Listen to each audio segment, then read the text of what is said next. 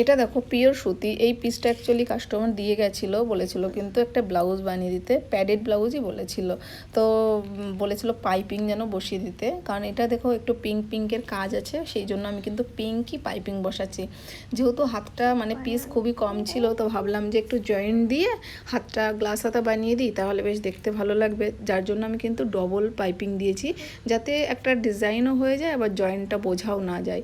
তো ফ্রন্টেও কিন্তু পুরো দিয়ে দিয়েছিলাম, যেটা মানে মাঝখান দিয়ে পড়ে আর কি। আর পুরো গলা, ফ্রন্ট, ব্যাক দুদিকেই কিন্তু আমি এরকম পাইপিং দিয়ে দিয়েছি। এই পাইপিংটা এতটা সুন্দর লাগছিলো, মানে পুরো ম্যাচিং হয়ে গেছিলো। তো যাই হোক, হাতাটা এইভাবে লাগিয়ে নিচ্ছি। এটা প্যাডেডওয়ালা ব্লাউজ ছিল, খুব সুন্দর, মানে আমারও ভীষণ পছন্দ হয়েছে। দেখো ব্যাক সাইড ফ্রন্ট সাইড তোমাদের সাথে শেয়ার করছি, কতটা সুন্দর লাগছে। বেশ সামনে পান গলা, আর ব্যাকে কিন্তু ছিল ডিপ গোল গলা, দারুণ দেখতে লাগছে। তো তোমাদের যদি কারো ভালো লাগে আমার সাথে যোগাযোগ করতে পারো, আমি কিন্তু এই ধরনের কাজ করে থাকি। তো চলো দাঁড়ো ব্যাক সাইড দেখা যায়। দেখো কি বলো তো, প্যাডেড ব্লাউজের জন্য ভালো বোঝানো যায় না, বাট কতটা সুন্দর লাগছে, ভীষণই সুন্দর লাগছে।